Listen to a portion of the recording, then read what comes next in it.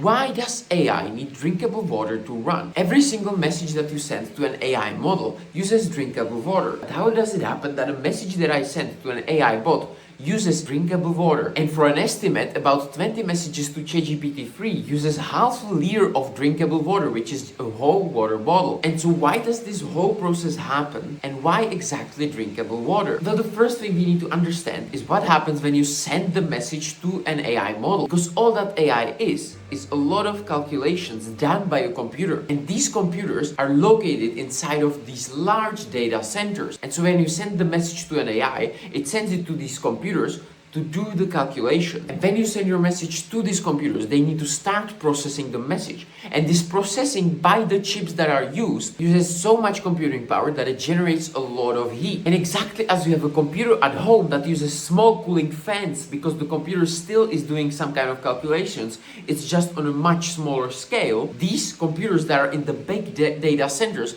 need to be somehow cooled down as well. But because they are so large, they need to use a completely different scale of cooling themselves down. And just as nuclear power plants, they have these large cooling towers, and they use water because water is an amazing heat absorbent. But then why use drinkable water if you have so much water, for example, in the ocean? Well, exactly as the nuclear plants, they use something as the primary and secondary cooling system, where the primary cooling system is what comes into contact with the computers, which is usually some kind of a more advanced liquid, for example, propylene glycol mixtures, which is what cools down the computers. But when it gets heated and is going from the computers, we need to cool it down. And that's where the secondary cooling loop comes into play. And the secondary is where the drinkable water gets used. These two liquids meet with metal pipes because metal is an amazing heat transfer. And so the first heated liquid comes and it meets with the cooled water that then gets heated, but it cools down this liquid that then goes again to the computers. But then we have this heated water that we need to send to the cooling towers, which of course creates steam that is then sent from these cooling towers. And so using non-drinkable water would cause many problems. First of all, because it would contain a lot more minerals, and when this water would turn into the steam, it would leave these minerals behind, which would cause something called scaling, which we can see all around us, even on a sink, which would then block and completely destroy the whole cooling process. And the second reason is corrosion, because these metal pipes, if they were met with something that is non-drinkable, it would cause corrosion on these metal pipes, which would make them completely unusable. And that's not all, because these cooling towers,